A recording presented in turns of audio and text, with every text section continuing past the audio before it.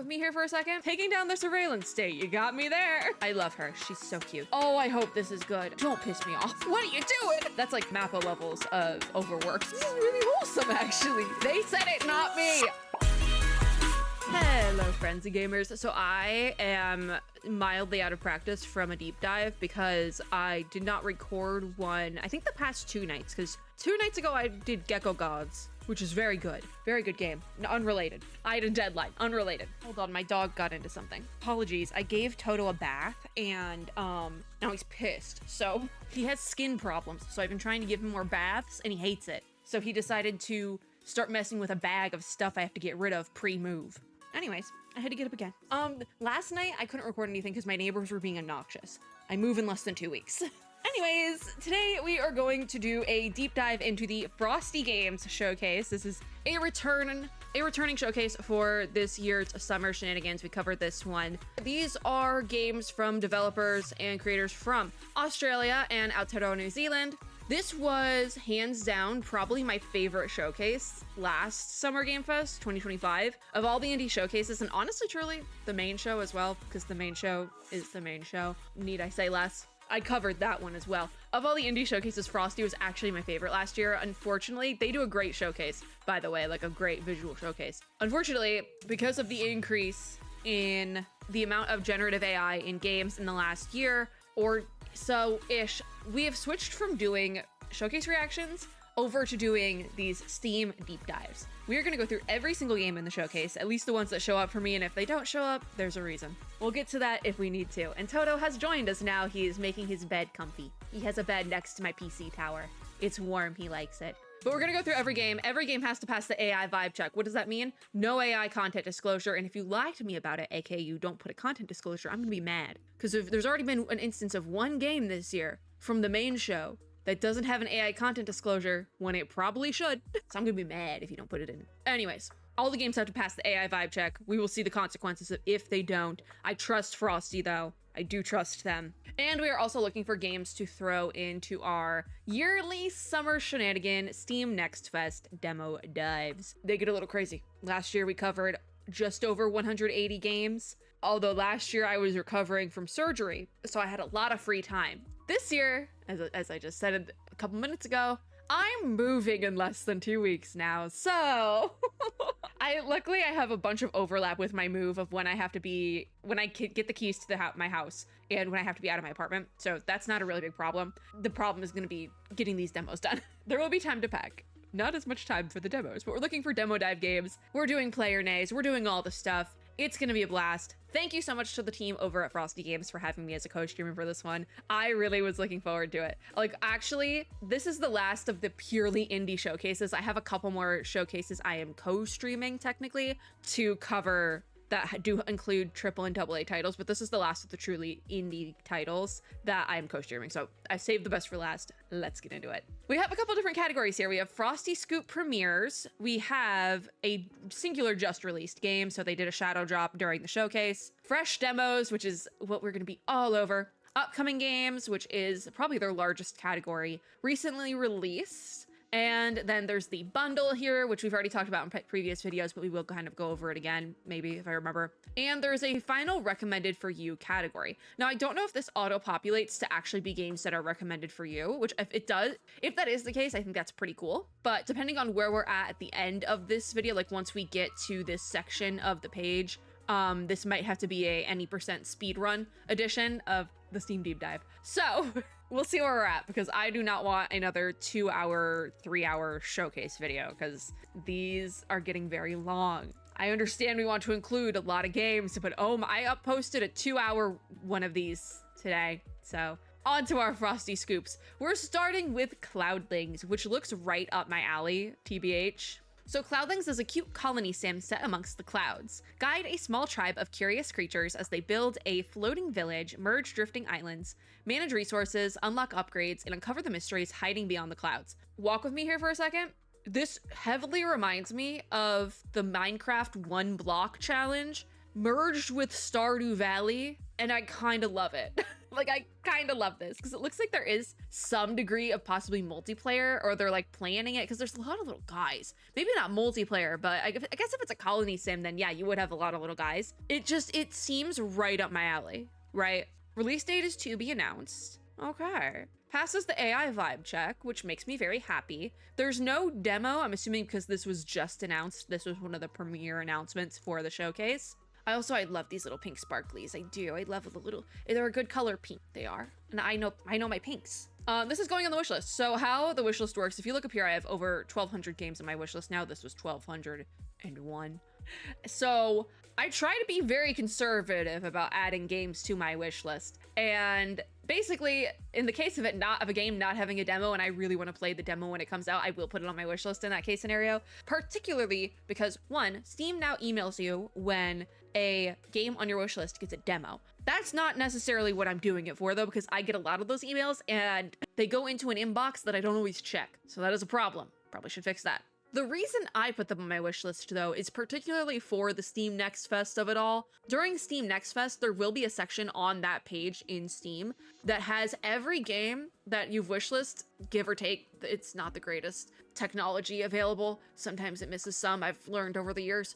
But there will be a section with most of the games on your wishlist that have a demo during Steam Next Fest will be in that section on the Steam page. So that's where I put it so that we can come back to it later, or even just so I know that I saw it somewhere else and was looking forward to it then. Cloudlings is going on the wish list. I'll explain things as I need to explain things because we have a lot of various know-hows and tips and tricks for Steam and terminology of things that take some explaining, but I'll explain as it comes. I'm not going to explain all the AI, anti-AI stuff if I don't have to, because it is possible to have a games to showcase with no generative AI games. I think we've had 2 of the ones I've co-streamed so far. There's been 2. So there's been more of them with it, but it is possible. Cooking for Ma is next. Go on an adventure through the spirit world, love that, to save your grandma from an evil sea serpent using the power of cooking. Cook dishes for different characters, exploring Korean cuisine in this story about identity, diaspora, and family. I love this immediately. Release date is to be announced. Also, I think it'll be nice because particularly my Korean skills are so bad, and there's probably gonna be, this is such a personal one, but if there's probably gonna be like Korean food, obviously, and words that will help me practice. Because it's so bad. It's so bad. This also does not have a demo. Release date is to be announced. This was a brand new announcement from the showcase. This looks super fun. This is another one that is going on my wish list. Passes the AI vibe check as well. This is going on my wish list. I also really like Korean food, so this will be really fun to like pick up. See, yeah, there's grandma in Korean. See, we're gonna get language practice, guys. It's gonna be great. It's also story rich and emotional, so I am gonna cry. It's gonna be great. Next, we have Echo Zero, totally different vibe from the last 2 games. Descend into a dangerous, procedurally generated sci-fi underworld. Explore, gather resources, uncover powerful war gear and upgrades, rally your droids, build and defend your base, and battle a mysterious new species on the verge of breaching the surface, either alone or in co-op. So this is one of those games that it's either you can play it single player or with friends is usually how it's billed. And with these games, if there is a demo, or if there eventually is a demo, I do like to throw them in demo dives, particularly to find out how single player friendly is it? Because a lot of games that are designed with co-op gameplay in mind focus more on that co-op gameplay and don't focus as much on the single player gameplay. And particularly, I have a really weird schedule most of the time. I'm recording this at 8:45 on a Friday night. So I have a very weird recording schedule, and especially with demo dives, because I can do it in like 20 to 30 minute chunks, I will just record a chunk and come back. So I don't really have a set schedule. And so trying to get people for co-op gameplay is a headache inducing. And I've considered it before, and I don't do it anymore. I don't consider it anymore. And I've already requested access to this playtest at some point in time. I thought it seemed vaguely familiar.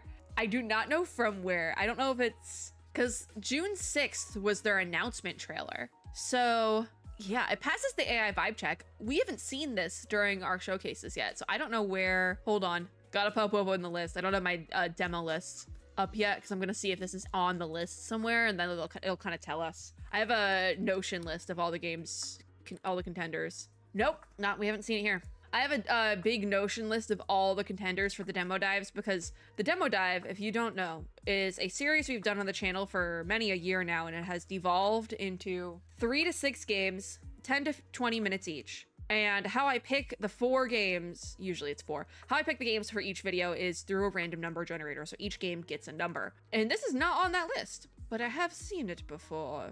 Hopefully we'll get playtest access. If we do get playtest access for stuff during Steam Next Fest, I will add it to the list. I've already actually gotten playtest access for certain things, and I kind of have to look at that because I don't know what's for what event. So I need to look at that. But yeah, hopefully we'll get access to that one soon. Next we have Edwin Erstwhile Medical Examiner. This is a medical detective game set in the late Victorian era. Uncover the perpetrators behind an assortment of grisly murders by examining meticulously hand-animated cadavers. All right, you know what I always say. Unfortunately, I'm gonna tab off of the video because I don't know if we can play this on the channel. If we do decide to play it on the channel, I'm gonna have to be very overly cautious with the editing because some of the cadavers of it all, that imagery is usually like not allowed on YouTube. It's like how you're not allowed to like cut a fish, you know? Like it's like that sort of thing where it's like, it's kind of dumb, but I get why those censorship things are in place. I get it, but like, it's like one guy probably ruined it for everyone sort of thing. Although it sucks though, because if anything is hand-drawn, hand-animated, what have you, it's like the opposite of failing the AI vibe check. If you fail the AI vibe check, if you put Gen AI in your game, it's an immediate no for me. I am never playing it. I refuse. I used to be a little bit more like, oh, maybe if they take the AI out, I'll do it. No, I'm putting my foot down where I'm never playing it. I will literally go so far as to hit this ignore button for games that use generative AI.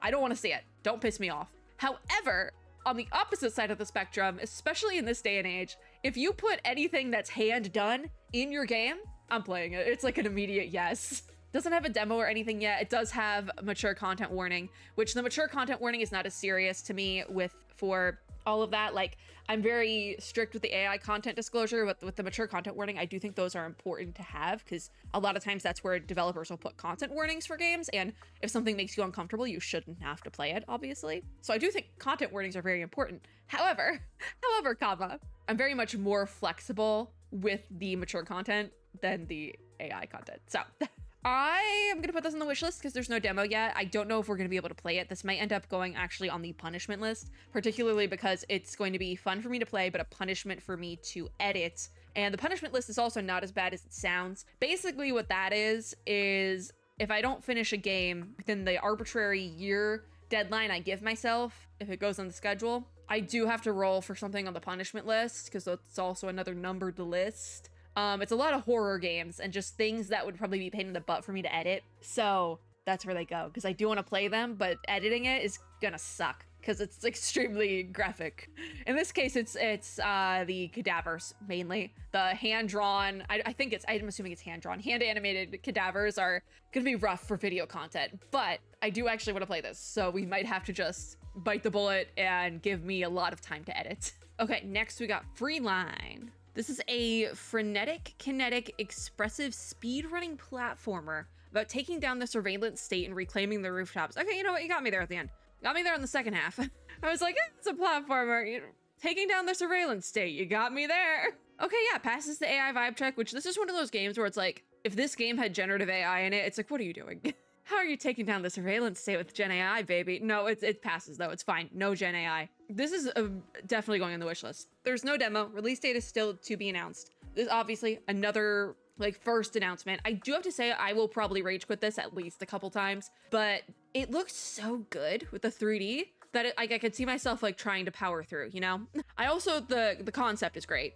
I do rage quit platformers sometimes. I am very stubborn. Art looks great though. Yeah, put it on the wish list. Then we have Ghost Rider, which I also love. I love whatever's going on here.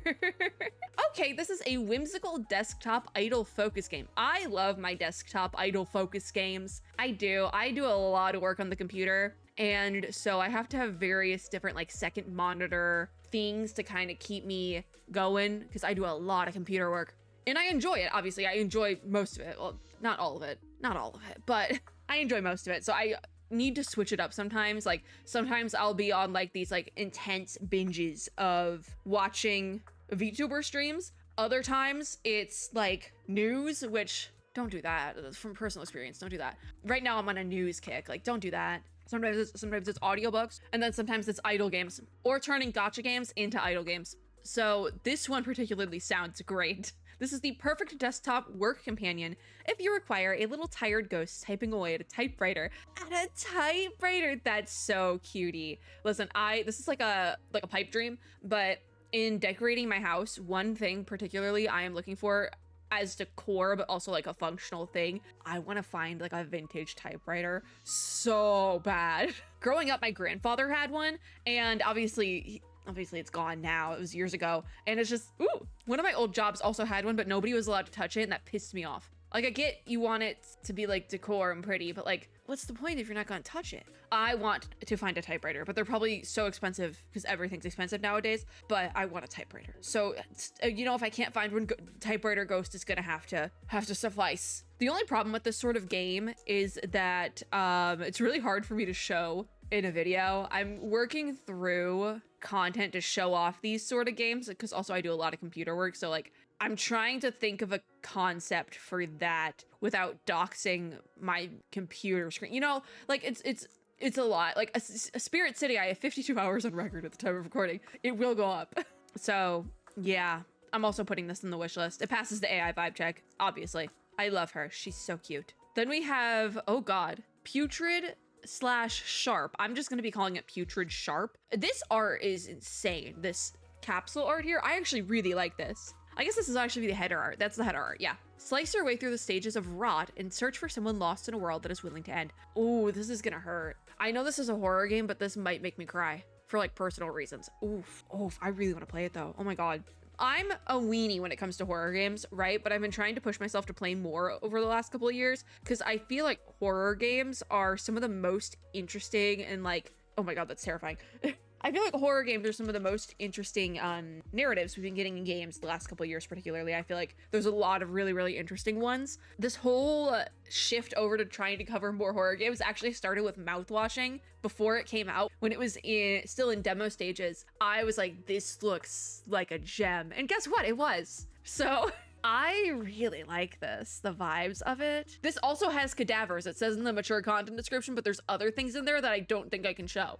No, I do think this will make me cry for, like I said, for personal reasons, but I think that's, I would like to share that with the world. Horror / romance, interesting. Also, this description is just insane. Without the burden of being alive, the body begins to eat itself. Whoever is doing the like copy for this game, top tier. They're doing a great job. I'm also so interesting because I also find it really interesting because the name of the coworker character. So I think we're playing as Ode, and the coworker is Eurydice, which, hi, I love mythology, but my favorite mythology is Greek mythology. Eurydice is a character in Greek mythology who is a very tragic character in and of itself, also related to music. So I find it interesting that the other character's name is Ode, because an ode is like an ode to someone. It's a song or like a ballad to someone, and they can be positive, but I feel like there's also negative ones. So I feel like that's also a very interesting concept. I'm like, this is what I'm talking about when I say that horror narratives are so good. Try to piece together what forms Ode's feverish forward momentum. That's an insane thing. That's an insane thing to say when you have Eurydice as the other character. I hope this is good. I put it on the wish list. Oh, I want to play that already. I know it's gonna be terrifying. I'm gonna have to play that in the daylight hours, but it'll be so worth it. That's not even going on the horror game punishment list. That I am just playing as is. Like okay, I could be here all day if we keep talking about Putrid Sharp. Let's move on to Radio Decay. This is another horror game, a 1 to 6 player co-op survival horror game in particular, set in a supernatural nuclear apocalypse. Drop pod into an abandoned city to extract radioactive artifacts while being hunted by giant bug-like monsters. Rebuild your decaying body with prosthetic limbs, arm yourself, and radio your friends for help. So this might be co-op only. It does say it's 1 to 6 players, but this definitely looks like the sort of game that it is only really playable in multiplayer, and the reason why it is labeled as single player is because you can play it as like online co-op, so technically you can play it alone, but it doesn't really play right if you do. It's like friend slot, but not, you know, like you can tell a lot of like care went into the game. Oh, never mind. Care did not go into the game. Oh, it doesn't pass the AI vibe check. Our first one. And we're like, I had to clip recordings because Toto was getting up to some nonsense again. But I will say, in terms of generative AI content usage in a game, this is pretty low on the severity of the offense. I will say that, but I still take issue with it. It's like, yeah, they could have used it more. It could have been worse, but it's still not great that it's here. The developers describe how their game uses AI-generated content as so. They say, AI was used for Steam store page translation to improve accessibility, and particularly the tagline, the back half of "to improve accessibility." Don't piss me off, because that's the sort of thing where it's like, maybe this is a hot take. If a game is good, it will come across, even if it's not in your native language. You know, I feel like maybe that's a hot take, but I also spent years and years as a K-pop fan, and guess what? It was back when not much of it was in English, so I just made do. I learned basic Korean and made do. But if like a show, because also I was really into K-dramas, if a show or a song or group was interesting enough to me, whether or not it was in my native language didn't matter. So I feel like the AI translation argument it's pissing me off a little bit, because I honestly don't think it's necessary. I think it would like just wait, because also page itself is only in English, so the native language is English, but then if you go to use the page, say your Steam is set to Spanish, I guess it will show you the thing in Spanish, but that also this doesn't make sense to me, because I was about to be like, look, there's like 30 different languages listed. You didn't need all that. Just do a couple and pay someone, because it's better anyways at the end of the day. AI translation is usually horrible. Like, it was like back in the day, nobody actually used the Google Translate answer for things. And I took language courses all through elementary, middle school, high school, and college. So I was always in a language course for the most part, until I transferred to a school that did not have a high enough language course for me to take. And so they just were like, we are giving you full credits, just don't worry about it. Because I basically had taken all the courses available, that like I exhausted the courses. And throughout my time in education, learning languages, you never used the Google Translate ever, because it was notoriously wrong. ChatGPT translation is like a worse version of that. So like when I see people using AI for translation, I'm like, it's not as bad as like the art generation, sure. But like, what are you doing? It's not, no, what are you doing? So I don't know. It still feels very lazy to me. And also just, I can't tell what happened, because there's only the English language. So does that mean the game is also translated through ChatGPT? Because the page isn't, I'm just so confused by it, because I don't think Steam pages change based on language. Because I've opened up pages for like Chinese games before, and they are in full Chinese, and I don't have a setting on my Steam to show me that, because like I took many a year of Mandarin Chinese language classes. I don't have my Steam set to show me games in Chinese. Like sometimes it just comes up and I'm like, so yeah, I don't know. I'm ignoring it. Anyways, moving on. Stray Cloud is next, and I need this to not have AI like the last one, because it looks so like something I would like. It's safe. Passes the AI vibe check. No generative AI. Thank you. An island in the sky, the home of a once majestic people, has fallen to Earth. Its magic run dry. The youngest member of this line must venture to shore in an effort to restore power to the ancient magical technology that kept the island afloat. So it's a little RPG game. The pixel art in this is to die for, by the way. There's so many bright scenes, and then there's like scenes like this. It's so whimsical, despite having like a rather dark opening. And even like the header art here is rather dark. This I like. This one I like. This is a breath of fresh air compared to the last game. I'm happy. Then Toil and Trouble, my bad. Herbs locate, tonics make, so gas deflates and aches abate. I feel like I shouldn't be saying that. I feel like I'm introducing and welcoming something in that I'm not supposed to be. Brew up some mischief in a witchy life sim with a small but troublesome difference. To keep the people of the Nook happy and healthy, Mistress Toil needs to train a young, easily distracted pig to find magical ingredients. So we play as Toil, and Trouble is our pig. That's quite cute, actually. Release day is to be announced, and it passes the AI vibe check. Thank God, I can't take another one. It has visual novel elements, hand-drawn tag. I don't know what's hand-drawn, but the hand-drawn tag is, I needed that. I did need that right now, and Trouble is adorable. Put it on the wish list. Okay. Oh, the page refreshed. It now has the AI game hidden, by the way. So if you're wondering why everything shifted, that's why. Unqualified, then, is a charming Australian point-and-click detective mystery about a struggling artist investigating the mysterious death of his childhood best friend. Explore the small town of Bridge Gully, interrogate quirky locals, and sketch clues to expose the truth. Are you ready to solve a crime years in the making? This also, surprisingly, I know it's a cute little point-and-click game, this also might make me cry. For similar reasons to the last game that might make me cry. It, thank God, passes the AI vibe check, because if this one didn't, oh my God, I think that would have I would have just had to, we would have had to end the video, quite frankly. This is not necessarily the thing, because I will say, point and clicks, I do sometimes rage quit point and clicks because I can't figure it out right away, and it seems so simple, and so I get mad and I leave. But also detective and mystery games aren't necessarily my cup of tea either. It's just not a genre I ever really got into. Like, I don't really read mystery books either. It's just one of those things where it's like, I'd rather read a mystery than like a historical book or something. Like, there's certain genres that I'd read mystery over, you know, like I don't hate it, but I also don't love it. However, this one I think might get me a little bit, so I'm gonna throw that on the wish list as well. Then we have Wild and Chill, which, if I'm not mistaken, this is a continuation to Cast and Chill, the fishing game from last year that I really liked, because I do believe that was also an Australian-based studio. So if we go to Wombat Brawler's page, there's Cast and Chill.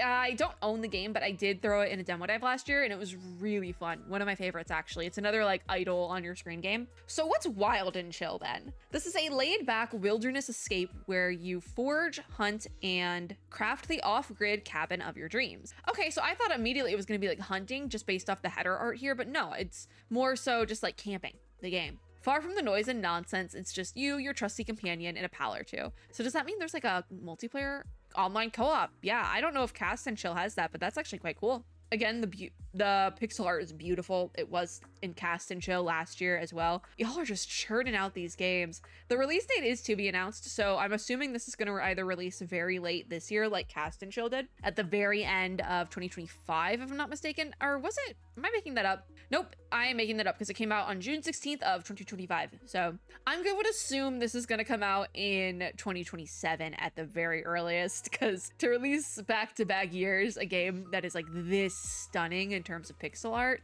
it would be, what, that's like Mappa levels of overworked, you know? It's going on the wishlist though. I'm surprised it's going on the wishlist because, like I said, I thought this was like gonna be like an idle hunting game, which I guess there are hunting elements, and I'm not a big fan of like hunting and stuff like that. But I'd be willing to demo it, especially because Cast and Chill got a demo, and that's how I know that it was good. But I would assume they would do the same for Wild and Chill, and I hope they do because I would like to try it out. Passes the AI vibe check, all that good stuff. I look forward to it. I do, because the previous game was really good. Then we have Noob's Guide. This is a narrative walking sim told through a YouTube playlist. I feel like I briefly saw this on Twitter, which can be good or bad. Funny, introspective, and painfully earnest. Play through a series of bizarre mods and community maps, trying to understand what was really important about the time spent with your friends. Release date is to be announced, and I'm hoping that hoping it doesn't need the RPG Maker forms. May she rest in peace. Passes the AI vibe check, which this is one of those games where it's like, if you told me there was generative AI in this, I'd be like, well, yeah. I'm not surprised, disappointed, but not surprised, you know? So whenever we get a game like that and it doesn't have generative AI in it, I'm like, okay, that's really cool. This is actually so much, it's like based on like the title and like the graphics, you think it's gonna be like a haha funny, but then you get down here to the about section. The game takes roughly 40 minutes to play through. That's told from the perspective of a 30-something-year-old revisiting her cringe YouTube videos that she made with her friends as a tween. That's actually really cool. You play out the series of Let's Play videos as the narrator reflects, unraveling what was really important about the time she spent online with her friends. I think that's really cool, actually. I'm gonna put that on the wish list. This might also make me cry, but just because I've like been the narrator, you know? I've been on YouTube for over 11 years now, so I see this as a concept. I'm not in my 30s. I haven't reached that far yet, but I think this is another one that could be like, oh, if it's done well, it might also make me cry. Even just like reflecting on it now, I'm like, oh, this is really wholesome, actually. The Noob's Guide is wholesome. Okay, I like that one. Did I put it on the wish list? Hold on. Okay, yeah, it is there. Okay, I need that on the wish list. Lastly, in our brand new announcements category, we have a pocket full of Slagford. Some call it the backbone of the North. Most call it proper a word I can't say, but it is censored in that description. Thank you. This silly misadventure will take you up monolithic mega towers, down dingy dung pits, and beyond. Puzzle your way across the unraveling city by picking up pieces of the world and sticking them where they don't belong. Okay, that sounds fun. It's another point and click, so it's another thing I might rage quit, but I feel like there's enough to it. I don't know. This is like very interesting art style. I was expecting something very classic Illumination style 3D from this header art here, but then you get into it and it's like, maybe not necessarily, it's like a little bit better than PSX era graphics, but this is actually quite interesting. Passes the AI vibe check. Okay. Oh my god. In the features category, it says this is an accurate vision of a barely futuristic Britain. Ever wondered what the UK would look like if it never clawed its way out from under Thatcher's boot? They said it, not me. They said it, not me. I can't get in trouble for that. I'm also not British. Our singular just released shadow drop game is called Trading Card Inspector. We're just gonna move on. Inspect your way through dozens of unique, hilarious cards in this chilled out Papers, Please 'em up. Okay, so this is inspired by the game Papers, Please, which I have said my piece on Papers, Please before, that the concept and like everything I've seen of it gives me a little bit of the ick, but it's one of those games where that's kind of the point. Like that's kind of the whole point. Like, you know, the movie Obsession, that you're supposed to get the ick. That's the point. That's part of the narrative. It's part of the message. But I feel like this probably does not have the ick. So identify and appraise cards from the world's most coolest TCG. Start your new job as an official Habubas trading card inspector. Okay. Anyways, uncover a tale of friendship, corporate espionage, and murder. Came out June 6th. Doesn't sound heavy. There's a demo. Would you look at that? Our first demo. Which makes sense because the entire first category before this was games that just got announced. So yeah, put it on the list. All right, we're starting the demo dive list for today. What do we got? So the last number we ended on at the Southeast Asian Games Showcase was 284. So this is, no, I lied. It's 287. I can't read. So 288 is where we are starting today. Let's get it going.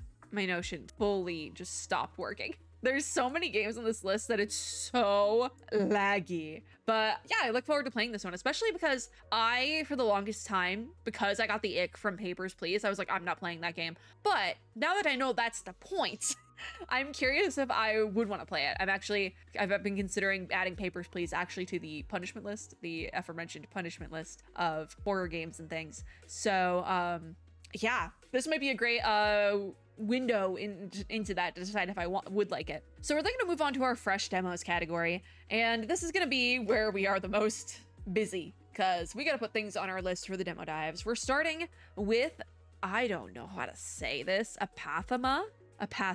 Sure, let's go with that. Cursed to repair the inner organs of the chasm, proper noun. You fight to uncover the secrets of your existence and end a self-devouring cycle of apathy. Okay, so that's probably what it is.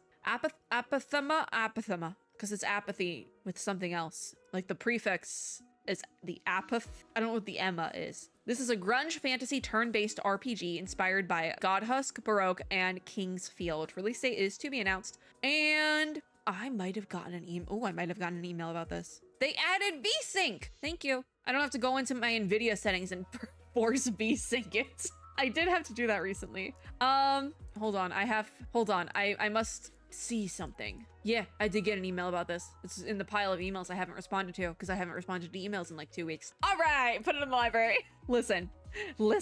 I've been a little bit. I haven't responded to emails in like 2 weeks. So I started responding to them and then something happened and I can't explain it because I technically signed an NDA. So apologies to whoever emailed me about this game. It's going on the list. And I'm particularly tagging it that I got an email about it. Thank you. Apathema. Yeah, I need to figure out how to say it because now I feel bad. Hope I might prioritize this demo, even though it scares me a little bit. I might prioritize it because I feel bad for ignoring emails. Apothecurse is next. This is about what's gonna happen to me if I don't answer my emails soon. Faced with expulsion from his order, fledgling alchemist Leon must brave the seas and travel to Port Geller? I wanted to read it as Galler, like Pokemon? No. A plague-ridden city on the brink of revolution. Craft potent potions, befriend quirky locals, and uncover the dark secrets lurking beneath the waves in a quest for alchemy and discovery. Okay, release date is to be announced. It passes the AI vibe check. And yeah, oh, it's hand-drawn, another hand-drawn one. Yeah, put it on the list. Like I said, if you hand draw it, Immediately. Immediately. I am interested. I love a hand-drawn anything. Is this technically horror? I forgot I have a tag for things that are like technically horror. I'm not gonna tag it as horror. It's not tagged as that. I'm like, if Lovecraftian might be adjacent to horror, I think we're fine. Page refresh. Okay, well, where were we? Right here. Bookmark Hero is next. What is this? A fantasy peripheral idle RPG. Play from a bookmark-sized window on the side of your screen and instruct your hero with queued tasks. Watch as they explore lands, conquer monsters, hone skills, craft gear, and embark on quests. Even as you work, their legend unfolds. Release date is to be announced. There is a demo, so we're going to put it on the demo dive list, but like I've said in the past, it is slightly difficult to showcase these sort of games in a demo dive video. I've tried to do this thing where I put them on the screen while playing a different game, and it never works out in our favor. So we'll see. Bookmark Hero. I understand, and actually, it makes sense for it to be like vertical because it's a bookmark. A bookmark is vertical. I get it. I do. I do think I would like this one though, because I really like second monitor games. I'll also tag it with, I have a tag for something can like overlay on top of a different game. And so we'll put that there. Is that I'm curious if the temperature there is like the actual real life temperature. Y'all, you got to see how hot it is in Texas. Chopsticks is next. Stick figure fighting. This is a stick figure fighting game set across the globe. With just one attack button and a focus on parrying, strategy is key. Each map opens up unique gameplay opportunities with map-specific elements, from giant lasers to sticks that can be used as swords. This is co-op only. It does say single player, but it also is a fighting game, and I'm not really the biggest fan of fighting games. Passes the AI vibe check. Was at South by Southwest, which South by Southwest doesn't have the greatest rep right now. I say that as a Texan, and also somebody who pays attention to the news. Anyways, I do think I'm gonna pass on this one just because I'm not really big on fighting games. However, it looks fun. It does. Then we have Fishing Echoes, a fantasy fishing game where you catch elemental fish to save the realm from a world-devouring maelstrom. Haven't heard about a maelstrom in a minute. Genshin Impact was using the word maelstrom like a lot for like a solid couple of months, and then they just stopped and haven't heard it since. Anyways, release date for this game is 2026. There is a demo because this is in the demos category, and it passes the AI vibe check. All right, it's a fishing game. I love a fishing game. I really do. I have an asset of the woman want me fish fear me hat. I literally downloaded an asset for my VTuber model because I love fishing games. So we're gonna put this on the demo dive list and I'll probably enjoy it. Is this a horror game? No, just because a weird fish on the banner there. That's fine. I don't care about a weird fish. Put it on the list. It keeps refreshing. I think Steam is having a problem because the page keeps refreshing and none of the videos are loading. So I think Steam is having a problem on this Friday night. Anyways, we're gonna move on to a game we have seen before, but I don't know if I can read the full title. Anyways, Janet DeMornay is I don't know if I can say that, but she's also a witch. There is no demo. It's coming soon. Okay. All right. I see what happened here. The demo did have to be delayed. There is a sidebar demo though, and what I constitute for a sidebar demo is it's on the sidebar here. Usually that's like an older version of the demo that's still available, but the devs aren't really pushing it either because there's a new demo or the game's already out or what have you. So there is a sidebar demo available. I don't know if that's the proper term for it, but that's what I call it. So there's a backup option, but they do say here in the announcements that there was a small delay in releasing the demo due to the powers that be searching for a certain bare butt, which I think is kind of funny that like I've seen so many just bizarre instances of like probably over censorship and over policing of those sort of things in this Steam Next Fest. Not necessarily with Steam Next Fest particularly, but just like the ratings, because certain games will have ratings. And there was a game that was rated M earlier on, I think during the Latin American Games Showcase, and it was like rated M for language and like fantasy violence. And I'm like, really? Seriously? I've seen so much worse. You're rating this for fantasy violence? Are we so for real? Like, and in this case, it's like, really? Steam, you held back the demo for an ass? For one ass? Seriously? There's so much worse on here, by the way. And you held the demo back for a butt, I don't know if I want to put, it's Pride Month. This is tagged as LGBTQ+. We're putting it on the demo dive list. Literally only making, because I'm like, I'm gonna have to edit the hell out of this, but you know what? It's Pride Month. Happy Pride. Anyways, moving on. Oh my god, wait, was that like a circle on the on the save with the money. That's so... Okay, all right. Management in space is next. We gotta move on. This is a gritty sci-fi strategy roguelite. I love a roguelite. I haven't said it yet today, but I do always say it. If you're new here, hi. I don't care if it's a roguelike or a roguelite. I'm gonna play it and I'm gonna like it most of the time.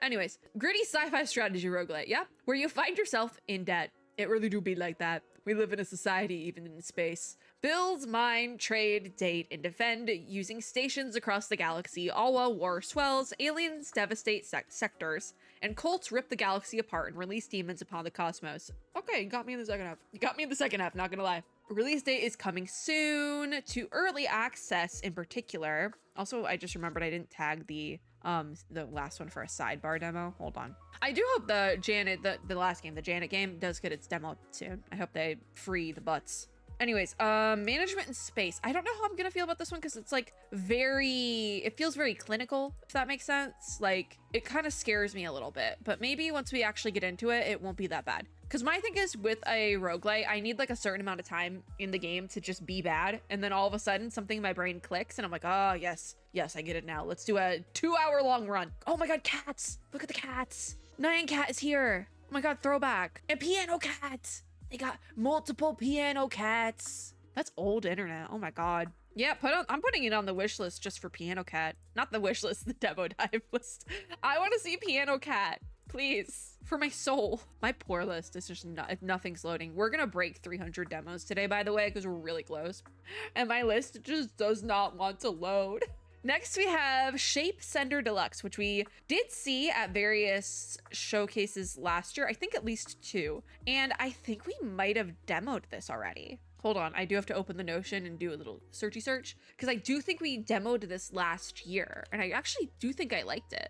I remember playing this. Shape Sender Deluxe. Yes, I did play this last year. And it was like midway through the videos I got done. Yeah, I actually really liked this. I really liked this game. So it's already on my wish list, as you can see. I was curious why it was on my wish list, if it was the case of a demo wasn't available and so it's here. No, it's on my wish list because I did demo it last year during last year's 2025 Steam Next Fest Summer Edition, and I really liked it. And so this is a different demo from the one I played last year, but a demo is available if you guys want to try it out. I do recommend it. It was really, really fun. But your new best friend, Sendy, ring any bells? Piano Cat adjacent, you know, is here to guide you through 90 plus handcrafted physics puzzles. Again, with the physics puzzles, I never took physics. I've told the story already this year. We're not going to tell it again. Solve them, then make your own levels and maybe keep an eye on him while you're at it. It's coming out Q4 of this year. I do look forward to that. I would like to get my hands on a copy at release. Yes, featured at Frosty Games Fest 2025 and 2026. This was so fun. So goofy, so fun. I really, really liked it. I recommend it, and hopefully we'll get our hands on it at the end of this year because I would love to play it on the channel again. Technically, when I'm recording this, the demo dive it's in hasn't gone up, but I think it's the next demo dive I'm editing that it's in, actually. So fingers crossed. Fingers crossed it goes up soon because this was super fun. But I do make a rule that if I've already demoed a game and I know I like it, even if I know I don't like it, I don't demo it again just because the point of the demo dive is to show off as many games as possible. It's the same thing with the deep dives here. I want to show off all these games, and if I re-demo something, it's like another game could have gone in there. So I'm not going to re-demo Shape Sender, but it is very fun and I recommend it. Then we have Slay Blade, which I don't know if how'd you get the Supreme logo? Wasn't there like a lawsuit about that a couple of years ago? I guess maybe they lost it? I don't know. Anyways, build your battle top and become the king of the streets. Collect 60 plus parts, merge their powers, and dominate opponents in this chill roguelite. Skate around a vibrant Y2K city, winning cash and upgrades on your way to the top. And if you die in the game, you die in real life. Oh, release date is coming soon. I always make jokes about that, particularly because I do enjoy an isekai narrative, I'm not gonna lie. I do enjoy video game narratives, I'm not gonna lie. And I did grow up watching Sword Art Online until it got bad. So I have a history with Sword Art, and so anytime we get like a narrative that's even adjacent to it, I'm like, but do you die in real life? I've gotten on the Sword Art Online rant many a time. I'm not gonna subject you all to it, but I have gone on this rant many a time. Oh, from the creator of Nenomon Virtual Pet, I've actually played that. I think I actually owned that game. Hold on. Nanomon isn't here. Maybe it's here. Cardboard Kings is on my wish list. Yeah, Nanomon isn't here, but I do have Nanomon. I do have Nanomon, I think. Either that or I demoed it.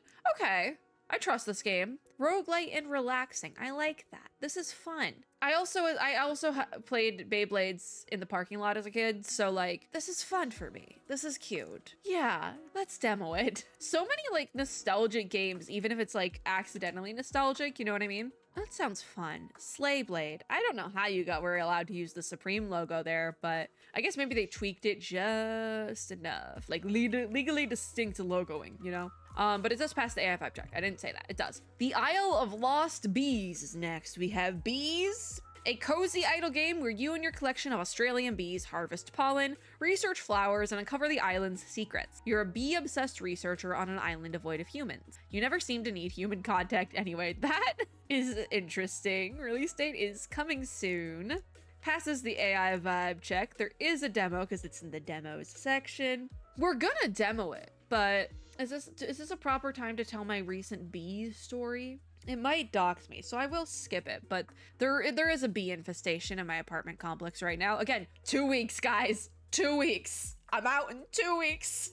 Things just keep happening. This week, one of them was a bee infestation. I am safe, by the way, and the bees are also safe.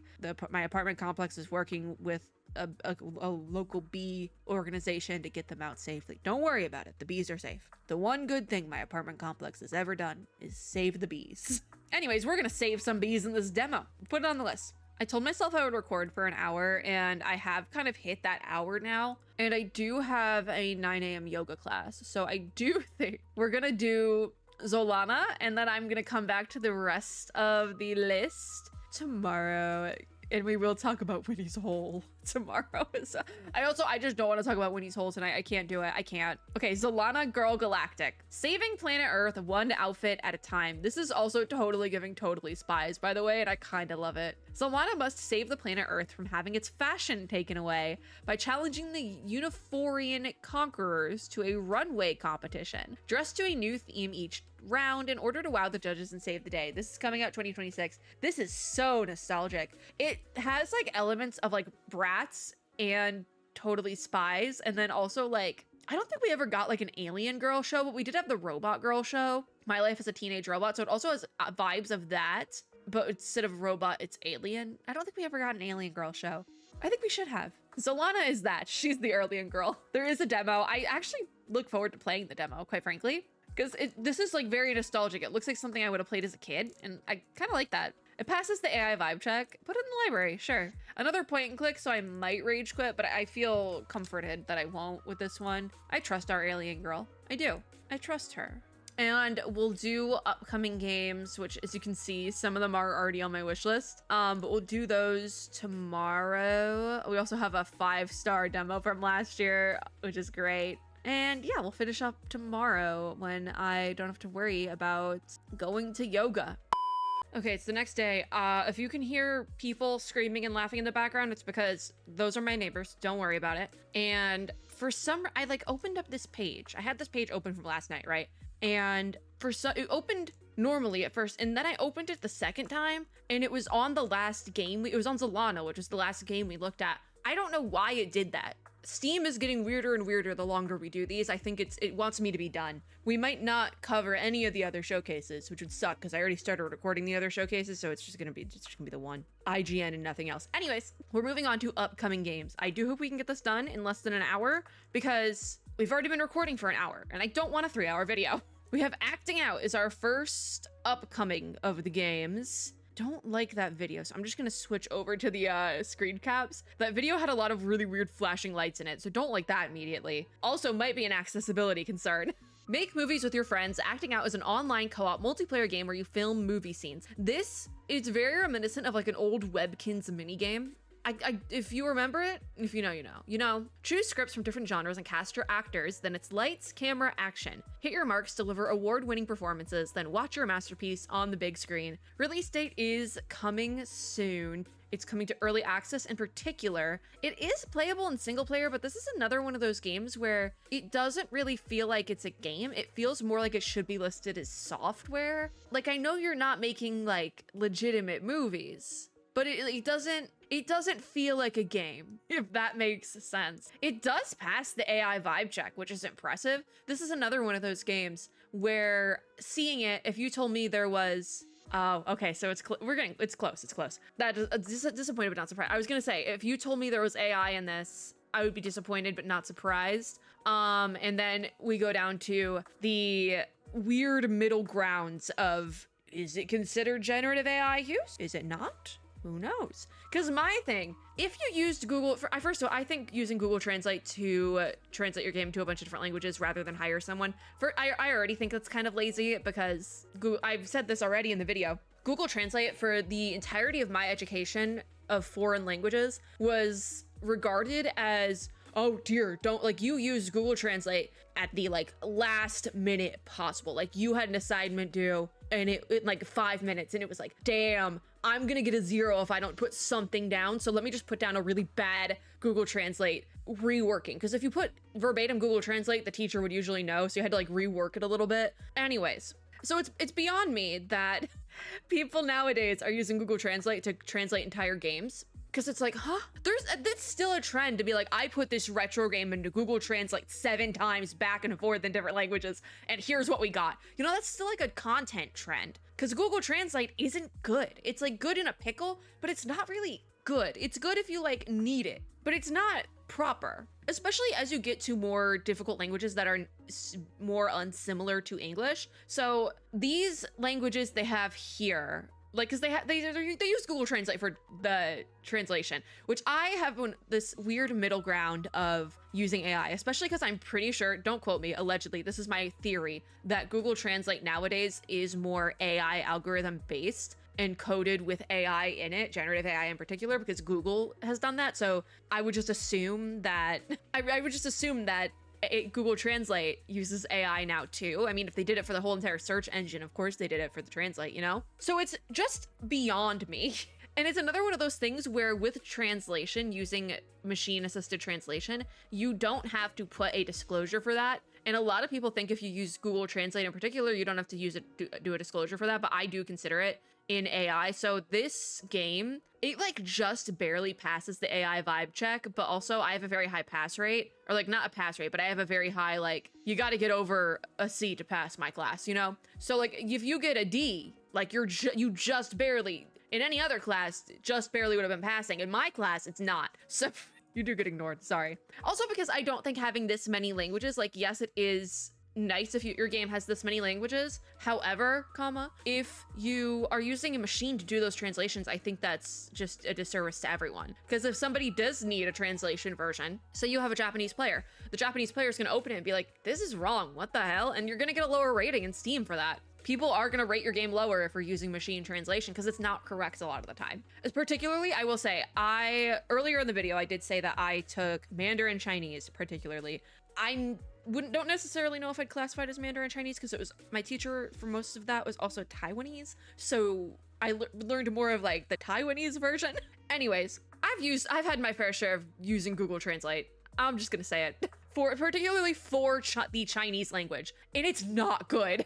It's really not good. So particularly, like I think the languages that use like a Latin alphabet, so the ABCD that we have, it was with the addition of some letters, like Spanish does have more letters in their alphabet than we do in English. Those can kind of be a little bit more correct. In this second update here, they have French, Italian, German, Ukrainian, and Polish. And I feel like those can get a little bit more correct. I would be iffy on Ukrainian and Polish, particularly because I know there's some overlap with Ukrainian and Russian.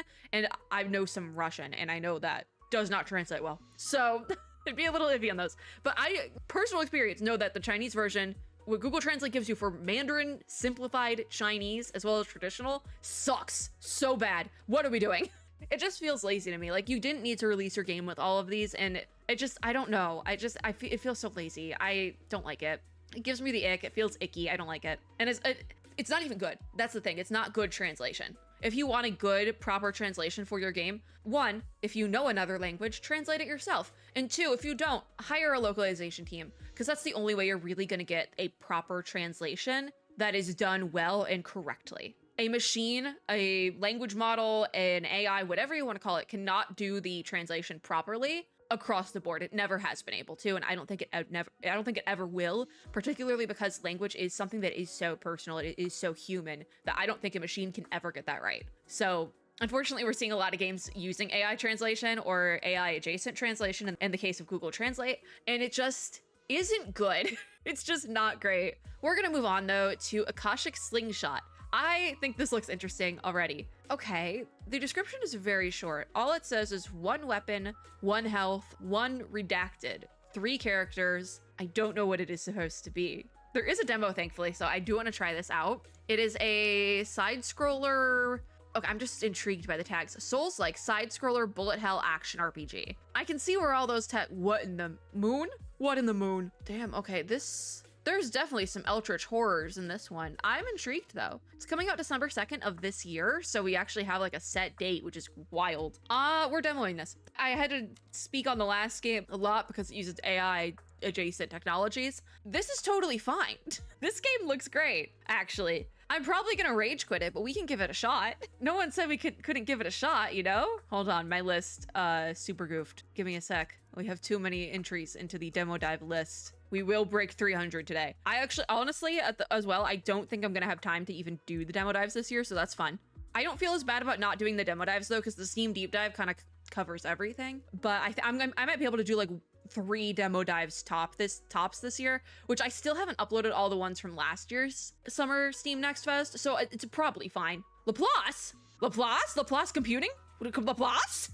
Okay, now I'm really intrigued. That's for those of you who don't know, Laplace is the name of the like computing foundation, like the branch of the foundation, even though it's not really even the foundation. It's another faction in Reverse 1999, which is a gacha game I love. So I see that, I'm like, Laplace? I guess, you know, I thought Blew Up like made up Laplace, but also having the word Akashic in there, because Genshin didn't make that up either. The little lesson here, that's like an actual thing with Laplace. Because both of them are like technology related in their respective gacha games. Oh, there's lore here. I'm so excited. Then we have Aloe Gloom, which is already on my wish list, and I vaguely remember this from another showcase, but I cannot tell you which one. Demo's already in the library, so it is a demo dive reject. Have I explained demo dive rejects yet? I don't think we have. It's not as bad as it sounds, trust me. A demo dive reject basically just means that I had it on the list for a different demo dive series for a different event, and I didn't roll that number, and so it went on to my general list, and it also stays in my library and rots until I get to it. So, speaking of rotting, that was a thing there. Anyways, this game is this is terrifying. This game was supposed to be demoed at an earlier date, and it wasn't. And that's what it means to be a demo dive reject. But it's gonna go back on the list for this event, so we'll get to it. The moon. We'll get to it, don't worry. This is also this disgusting. But join Nora in this mysterious and macabre point-and-click adventure game. Yeah, macabre is one thing to describe it as. Find and collect items to solve puzzles, talk to peculiar people and monsters alike. Explore Gruesome Grove, which is the place name, so it's called Gruesome Grove. That's very fun, actually. And explore Gruesome Grove and beyond to uncover forgotten truths and save the people of our town. Coming out September 23rd of this year, I do think that's a pretty good release date. It comes out right before October begins, and this is the sort of game that people eat up in October. So I do think that's a really good release date for something like this. Passes the AI vibe check, obviously, because I knew that because we'd seen it before, but they have not added AI any more of it, or any of it in general since, which is great because sometimes you get sidetracked and they add it later on. Looking at you, Dave the Diver. Anyways, this was also at last year's Frosty Games Fest, and that's probably where we saw it. That's probably where it came up last time, was last year's Frosty Games Fest, and nothing wrong with that. I look forward to it. It is both an anticipated game and a reject. Usually though, if I don't get to a game, I will just add it to my wish list to come back to later. We then have what is this, Atlanta? Atlanta TD. Like Atlanta? Atlanta, Georgia? It's tower defense, though. Okay, call upon the gods of Olympus to defend Atlanta from Ares' invading hordes in this roguelike tower defense epic. Is Atlanta like... Because there's other Greek... Like, other states pull from Greek terminology. My brain is working overtime. Battle across procedurally generated realms, unlock powerful upgrades, and shape the fate of a new pantheon. I am intrigued by this. One, because I was caught off guard by Atlanta. And two, there's no demo right now, but it does look like, I think the trailer said they're getting a demo in August. So we could just throw it on the wish list. It passes the AI vibe check. So I'd say we just throw it on the wish list for now, and we'll get that notification in August when they release the demo. I really enjoy Greek mythology. I think I've gone on the tangent before that I really like mythology, but I know the most about Greek mythology. So yeah, I'll probably like it. It's iffy though, because tower defense games, don't love tower defense games, but we'll give it a shot later. Not right now, but later. Attack of the Astrals is next, which I think this is already on a list. The demo's in my library, so because I'm pretty sure we've seen this already this year. Hold on, I gotta find it now. Attack of the Astrals was at the Mixed Summer Game Showcase as well, and now it's also at Frosty. There we go. I also forgot to tag Aloe Gloom with horror, so like give me a quick second here. I have a horror tag for my list. I think I've explained it already. It's there so that I know what I'm getting into when I go to record the demo clip. Because also then I know if I need to re-roll something because it's spooky and I can't play it at night. Anyways, Attack of the Astrals is not that. It is a turn-based strategy roguelike where every battle is a tactical puzzle. Each move of your champion trio unleashes an attack and swaps tiles with other units. Combine skills, spells, and summons to defeat a cosmic army that grows stronger as you do, coming out this year. Demo's already in the library, so obviously it passes the AI vibe check. It's got all the stuff we want. It's already on the list. Let's not linger. Bashful Adoration is next, which is already on my wish list, so we have seen this somewhere before. This is a kinetic 3D platformer starring a cast of 4 competitive witches who are all in love with the same crush. Featuring bombastic combat, expressive movement mechanics, and a lighthearted narrative with themes of love, rivalry, and friendship. Bashful Adoration. Is this a game we've seen at one of these showcases already? Let's find out. Nope, it is not something that has been featured during Summer Game Fest until Frosty. So we don't have to worry about that. I just did want to check because I'm like, if it's no. We might have seen it somewhere, but the demo wasn't available because I was looking on my demo dive list. I feel like I remember talking about this recently, but I'm not sure where because I didn't cover the Bit Summit, just Frosty.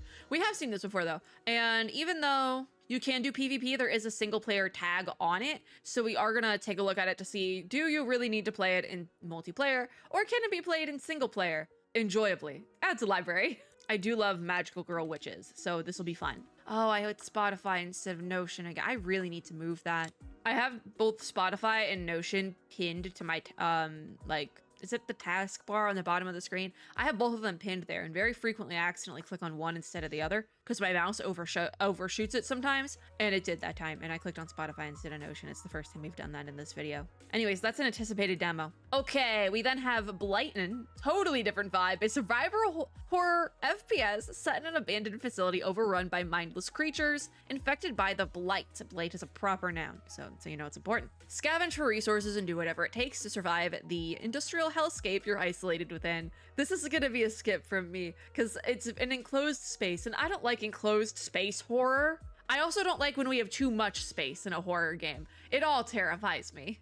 This was also featured at Midsummer Night's Scream, which was the Horror Game Awards Summer Showcase. I do want to cover it, but I don't know if we'll get to that. I prioritized all the ones that I got co-streaming access for, but I don't know if we're going to get to the second half of them, the ones I did not have co-streaming access for, because my demo list is already super long and I am already really behind and I move soon. So I don't think I'm going to get to the other ones. Just randomly we're covering IGN, which sucks that I couldn't get to the indie ones. So I don't think I'm going to be able to get to Midsummer Night's Scream, and that's just going to be what it is. There is a playtest that is doing request access for Blyton. Moving on back to Blyton. You can request access. It doesn't look like they are... Okay, so the playtest is live, but they have capped participants at the time of recording this. That doesn't mean if you go in when this video is up, they either might have canceled the playtest, like might be done now, or they could have a demo out for Steam Next Fest. All the games that we're talking about could have a demo out at the time this video goes up, just so we're all on the same page. I'm gonna skip this one though because it's very enclosed and it's very dark and it's gonna scare me. So I'm protecting my peace, but it passes the AI vibe check. It does have gore of your comfort character, and that's it. Next is Box Night. I think I saw this on my timeline once or twice, so that could be a good or a bad thing. My Twitter timeline could be good, could be bad, who knows. Fight, die, repeat, become the Box Knight and brawl through a monster-infested office, floor by floor, boss by boss, in this irreverent action roguelike. So I feel like we have seen this before. Box Knight. I actually think this might be on my demo dive list, even though there's not a demo here. No, so I have seen this before, I feel like. Like, this sounds very familiar. Hold on. Yes, it is on my general player nay list, and this was also part of February's Steam Next Fest, so that's why it's on there. A demo was available earlier this year, but it is not available at this time, nor is it like on the sidebar. So I would assume that there's a possibility the demo comes back for Steam Next Fest in June, possibly, but I'm not sure, don't quote me. I think with that, when I put it on the list thinking like, well, it's a roguelike, we'll try it out, because I do enjoy roguelikes, but also the style of this game isn't something I would particularly usually enjoy, but I was gonna give it a shot because I got like a PR email about it or something. But there's no demo available anymore, so there is that. It does pass the AI vibe check. It's already on my list somewhere, so the demo I would assume maybe might come back though. If they have one available, it might come back. I'm not sure though, because usually if they had a demo available, it would be here, but it's not. So interesting. Okay, Bravest Coconut is next. All Coco wanted was to return a library book. She didn't expect monsters, mysteries, and a valley full of secrets standing in her way. Explore, solve puzzles, and fight your way through a gorgeous hand-pixeled retro adventure. I love hand-done art. This is coming out July 10th of this year, so very, very soon, actually, and it's a demo dive reject. Where have we seen this? They have all their little selection awards here. I do see another Frosty. It's tiny, so I can't tell, but this might be the Frosty Games mini that they did at the end of last year for the Game Awards. Maybe, because it doesn't say here.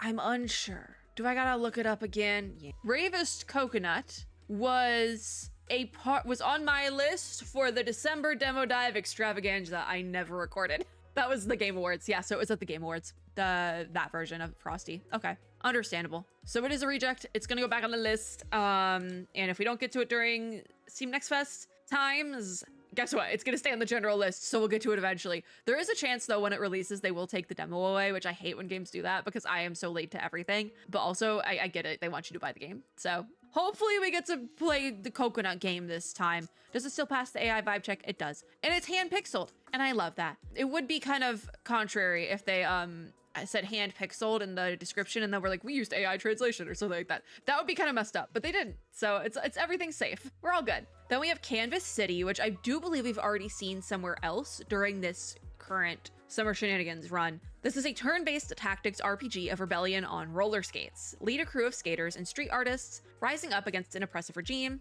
Yes, because I could not read the word regime. I learned I don't know how to say that word. I had to read it 3 times and I messed it up again just now. Yes, okay, that makes sense. We have seen this before, I don't remember where. It was mixed because that was the only video I've edited in fully so far. Okay, each map is a battleground and a canvas where your actions shift control, leave your mark, and shape the city's future. I think this one got me because I was like, oh yeah, rising up against an oppressive regime? Sure, yeah, I'm all for that.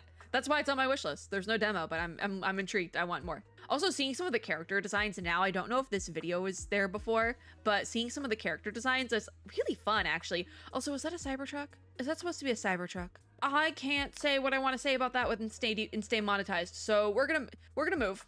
I'm not mad at it, by the way. I think if you're putting a Cybertruck in your game to make fun of it, I think that's allowed. Oh my god, I saw a Cybertruck today on my way to yoga, and it's just, they're so ugly. Okay, moving on. I just had to get that out somewhere. Citadel! Awake from your slumber and venture out to the mighty Citadel, all in caps. Coming out September 21st of this year. There is a demo. What type of game is this? Philosophical visual novel. Huh, passes the AI vibe check. Contains unsettling imagery. Hey, that's not stopped me before. What is this? Oh, this is gonna be creepy. Oh, I love this. I love this. I love this. Yes. It feels like, because I've said this before in this video, I want to play more horror games because I feel like horror games in particular are doing some of the most interesting narratives in games right now. I would argue that movies are also kind of tiptoeing into that, but the horror genre at large is doing some of like the best and worst narratives right now, if that makes sense. Like, we're getting some really, really good ones and then some stinkers. But this feels like it's like the narrative of a horror game, but not in a horror game. And I feel like that's perfect for me. I like it. Let's put it on the list. Also, Frosty Games Fest is the only festival to do things in alphabetical order. Like, all the games are in alphabetical order for each section. And I don't know how I feel about that. I don't hate it, but I also don't know if I like it. That's just a personal gripe. I have seen this banner art here every time for the last like half hour, as well as when we were recording yesterday. I need to know what this is. Cow chess. Real-time artillery brawler for up to 6 players. So I don't think we can actually play this. Think Super Smash Bros. Meets Worms with a movement system all its own. Release date is coming soon. There is a demo, but there is no single player option. It's all PvP. So we are going to skip it for the demo dive purposes. It does pass the AI vibe check, however, and this is like very interesting. We can't play it for a demo dive, so we're gonna skip it. Cozy Game Restoration is next, which I feel like we have seen this, or we've seen something similar. This is a soothing simulator where you gently bring forgotten video game cartridges back to life. Tear wrapping paper, peel old stickers, lift away grime, and transform dusty relics into cherished collectibles. No pressure or failure, just the quiet joy of restoring memories. So this is the perfect type of game for the Cozy Corner. I don't know if I've explained the Cozy Corner yet in this video, but essentially what it is the series on the channel called the Cozy Corner, which sometimes ends up being the Chaos Corner, because I don't know how to chill. But it's cozy games that we don't really talk a ton during, but we have a good time. They're cozy. So that's the Cozy Corner. This is the perfect type of game for that. Coming out September 24th of this year, there luckily is a demo, and I am sitting on a new, like, subset series, like a branch of a different series, actually, of the Cozy Corner right now that would kind of be like a mix of Cozy Corner and demo dives with a twist. So I need some cozy demos. So this is like perfect. Passes the AI vibe check, thank God, because I need you for something. I need this demo for a series. I need to make a new tag because this is something I've been sitting on for a while. It might have already gone out, the first video, because I have like half of it recorded, not really sure, but we'll see. It's something I'm working on. I'm always working on things. Always working on things when I should be working on other things. Yeah, I want to demo this one, and we might sooner than you would think. Okay, we then have Davy Jones' Deckhand, which we definitely have seen before. It's on my wish list. Where have we seen it though? I'm unsure. Parry and counterattack your way through from lowly deckhand to undead legend. The only deck builder where getting hit right is better than not getting hit at all. Master combat stances, perfect parries, and powerful artifacts to outsmart pirate hordes and break free from Davy's cursed black spot.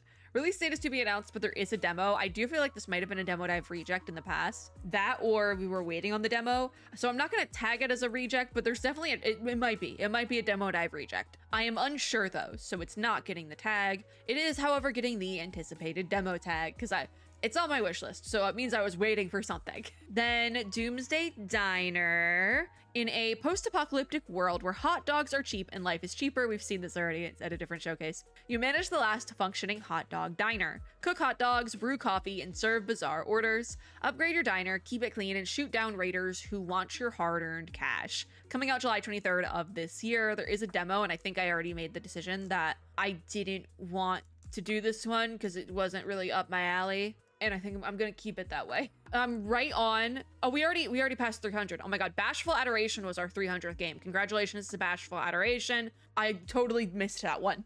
Okay, Dream Team Supreme. Battle the monster invasion in exciting deck building battles straight out of a comic book. Control your robot with specialized cartridges, enhance it and your deck, and collaborate on strategic combinations alongside your team of scientists. It's up to you to save the world. Release date is to be announced. There is a demo, and you can play in single player. Can you play in single player? You know, we're gonna put it on the list for demo dives, and if you can't play it in single player, then we will just like move on to a new game. We'll do a reroll. But I'm curious. Also, it's a deck builder. I like a deck builder. I really like deck builders. So I'll give it a chance. It is getting the dreaded co-op tag of Doom though, just for safety. Then Dungeon Pizza, which I don't know where we've seen this because it's on my wish list. Let me request playtest access. They're not taking playtests. They're not doing a playtest right now. It doesn't look like it's active, but Maybe they are, I don't know. We've seen this before, but I'm not sure where. Yeah, not sure where, but it passes the AI vibe check still, so that's good. A cooking game with a fantasy twist. Knead the dough, spread the sauce, and prepare the rat chunks. Okay, I remember that. I do remember the rat chunks. Open your own pizzeria deep inside a dungeon, serving weary adventurers who come to rest and refuel between their quests and bounties. Release date is to be announced. I hope that playtest opens up for next fest. That would be really nice, because I do want to play this. Pinball roguelike, Dwarf is next. Grab your balls and set sail on your pirate minecart into the depths of the mines. Oh, it's Plinko! It's a Plinko roguelike. Fight enemies in a unique blend of pinball, pachinko roguelike. Okay, close enough. And bubble shooter, whilst that's another word I just remember realizing I don't know how to say. Whilst collecting game-altering balls and relics that ensure no two runs are alike. Coming out August 21st of this year. There is a demo, thank God. I do want to play that. Passes the AI vibe check, thank God for that as well, because I do want to demo this. I love this sort of thing. I love it. This is gonna be fun. Let me get my tags on my list. It's so slow, guys. It's so slow. My list is getting so slow. Notion already isn't that fast, but okay, yeah, this looks fun. Fudomina is next, which we are not going to be demoing this year because I demoed it last year. This was, I believe, one of my off-screen demos that I did. I don't know if I explained it in this video. So TLDR, I covered a lot of game demos last year because I was recovering from surgery, but I did lose my voice about halfway through. And so I recorded a lot of games off camera. Or I didn't record the games, but I kept track of, do I like game? What am I rating game? Because I did a ranking video, and this was one of my 5-star demos from last year. So we're not going to be demoing it again. The demo is available. This is a different demo from the one I played. So y'all have fun with that. It was also at Choose Wisely at the end of last year, which is another Steam festival I covered. And I didn't re-demo it then either, even though I probably could have. This game is great. I really look forward to it getting a release date soon. But in Fudomina, play as two personified food girls, Takoyaki and Tempura, in their cosmic battle against mold people. Explore a food-themed galaxy, rich in flavor, make friends, and engage in absurd, pun-fueled combat to save the galaxy from infection. But mold people used to be food people. Maybe there's another way.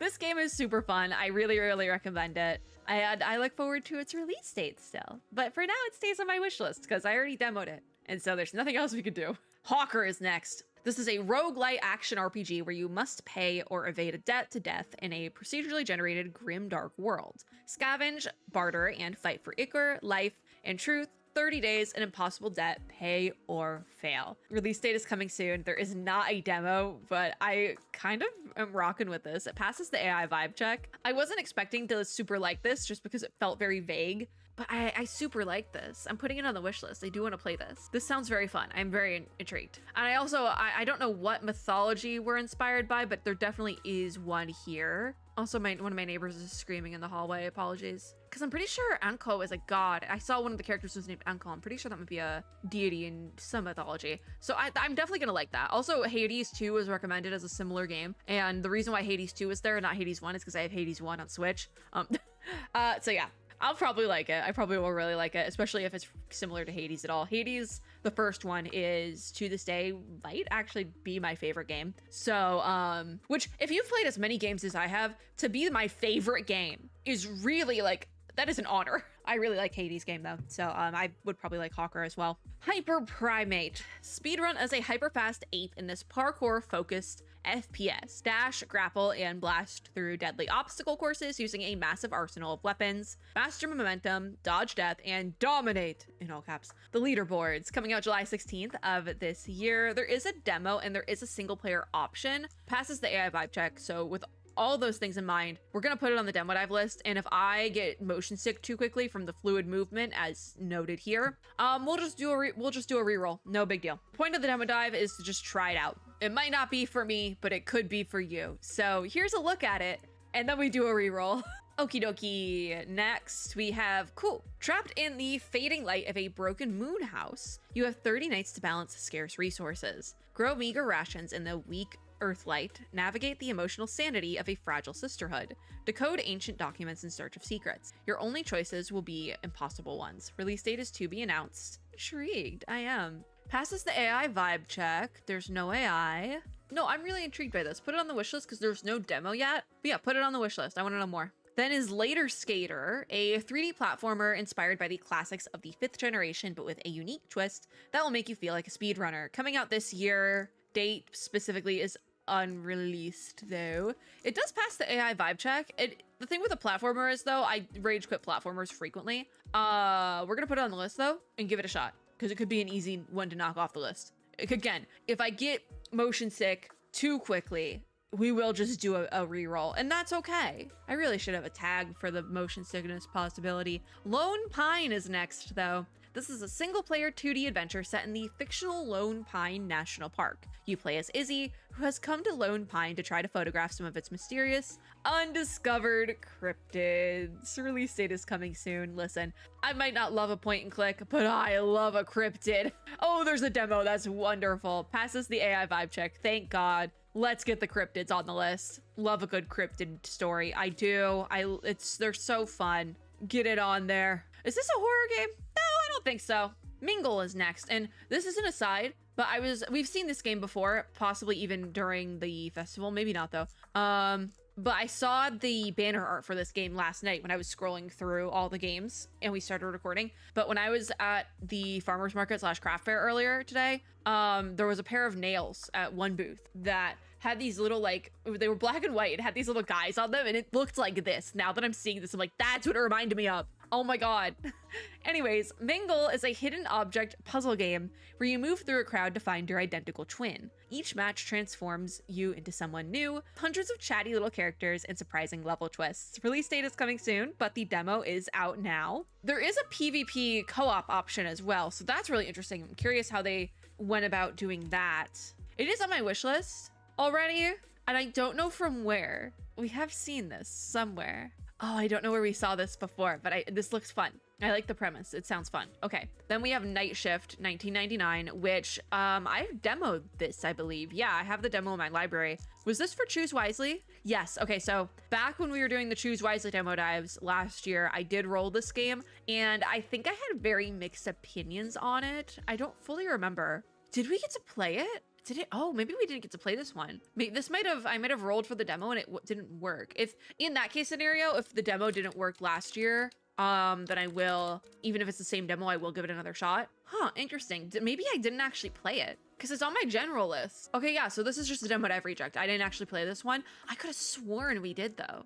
I remember playing this game. I guess we didn't though. Okay. Balance work, vampirism, and socializing as you explore King's Cross. Maybe I wrote it without the 1999 though. Hold on, let me check it one more time.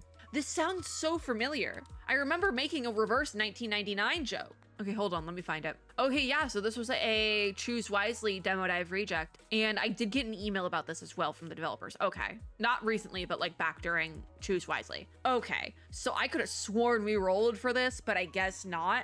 I guess not. I swore I made a reverse 1999 joke. Okay, anyways, balance work, vampirism, and socializing as you explore King's Cross, Sydney during the last year of the millennium. Keep a lid on your darkest desires and be rewarded with a deeper understanding of what it means to live again. Or don't, no one will stop you. You're a vampire after all. This had to have been another deep dive at some other time that I just can't remember because I remember this game very, very clearly and we apparently have not played it. Release date is 2026. The demo is in my library and I remember playing this game, but apparently we never did. So, I hope we get to. I hope we get to this time. I feel like I'm going insane a little bit because I remember talking about this game before, but I didn't do a deep dive for Choose Wisely. That was one that I did all of the planning for off camera on my own time. So I don't remember where I talked about this game in the past.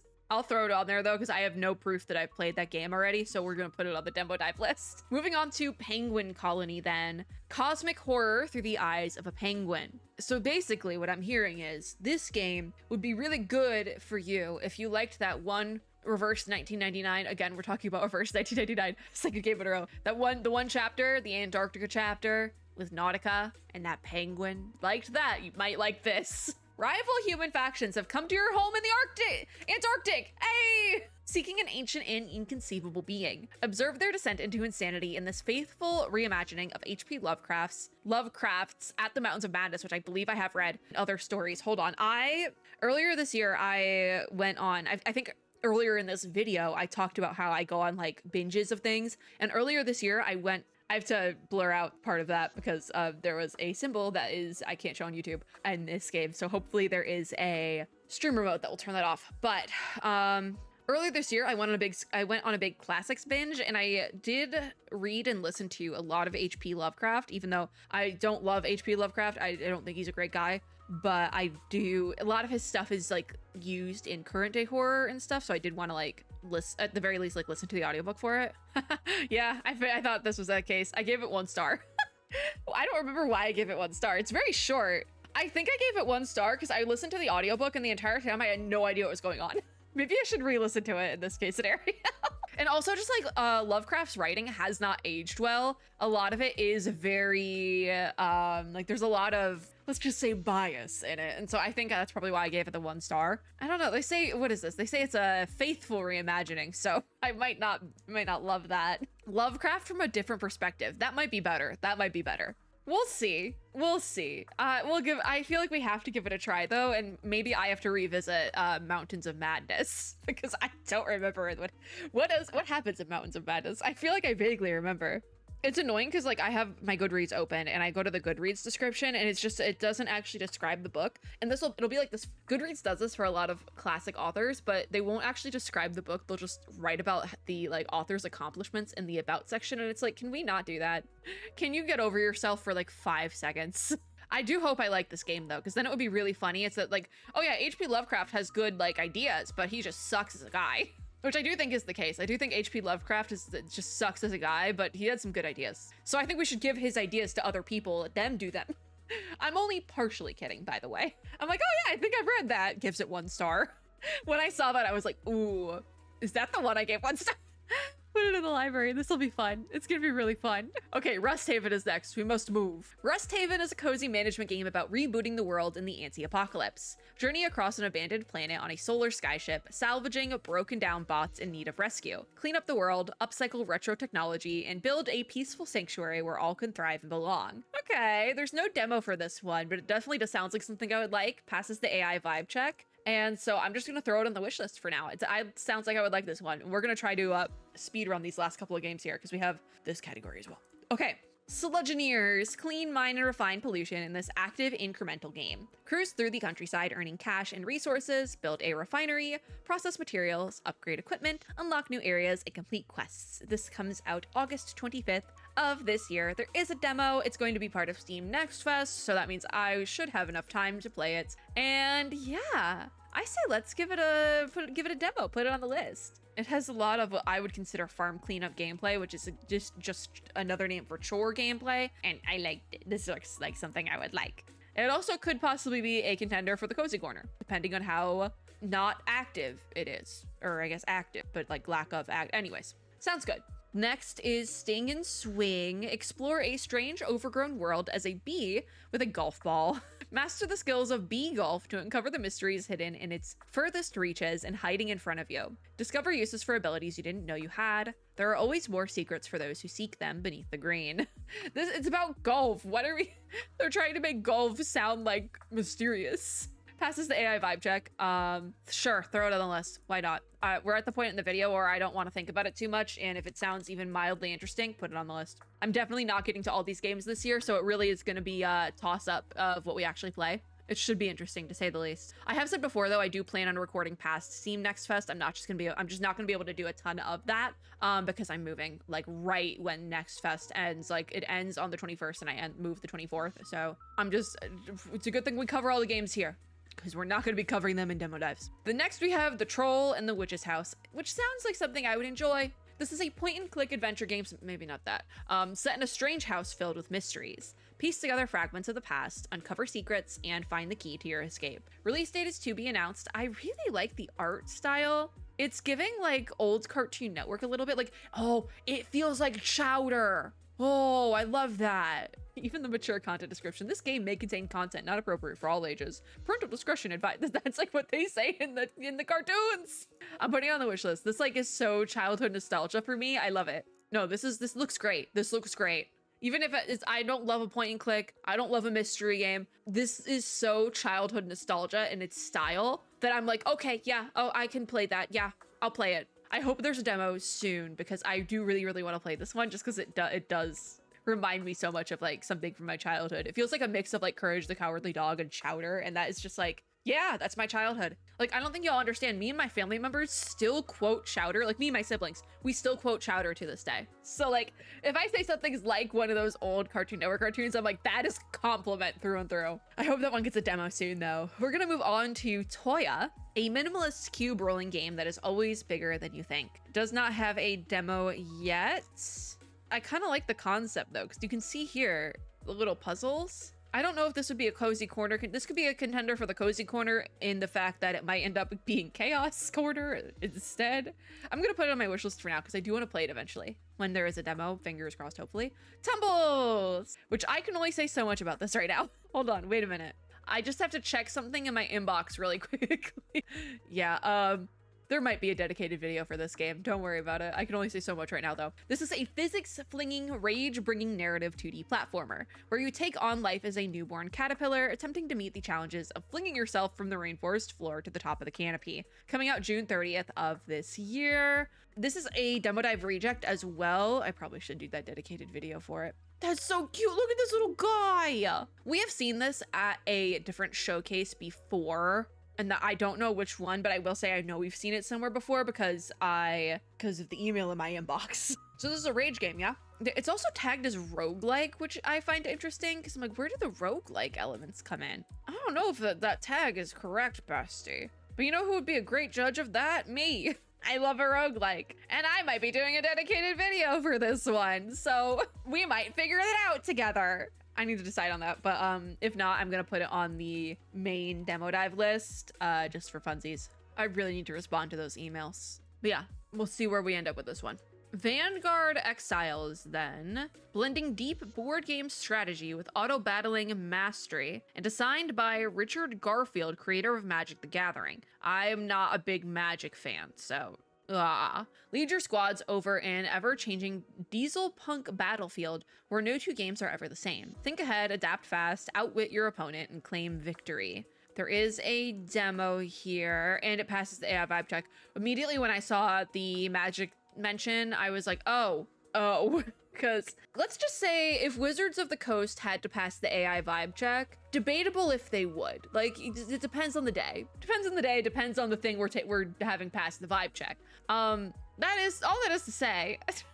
This game came out March 10th of this year, or last year. This came out March 10th of last year into early access, and they are releasing into 1.0 on February 4th, 2027. So good for them. There is a demo available, so I do think we should take a look at that. It's only 20 bucks on Steam as well. So let's give it a look. I also love an auto battler. I do. I think earlier on in the video I said that I like turning gacha games into second monitor content, and I do that through auto battling. So this could be a contender for a game I turn into second monitor content. We'll take a look at it though. Lastly, in this category, we have Verbal Void. As we come up on 2 hours of me recording, 3 neurodiverse kids explore a forgotten island community, develop connections, battle your fears, and uncover the truth in this unique conversation beat-em-up adventure game.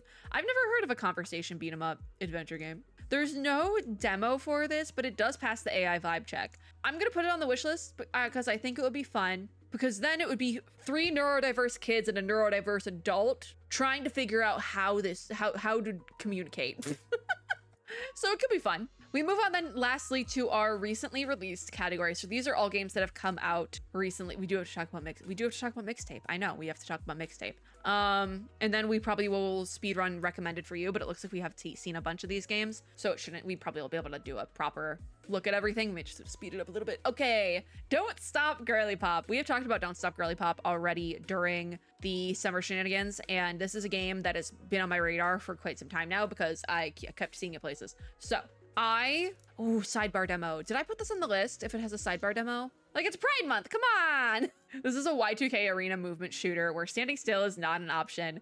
It's exactly what you think it would be for a game that's called Don't Stop Girly Pop, actually. I've seen gameplay of it, as well as an interview with one of the devs, I think. Yes, it is on my list. It was also at the Woman-Led Games Showcase, and I'm gonna just add the tag for Frosty. This is also actually a demo dive reject. I meant to demo this at a earlier demo dive and didn't. So came out January 29th of this year. It's been on my radar since like early last year though, I think. Factory 95 then, I don't know, because earlier on there was a game that I swore up and down we have already demoed.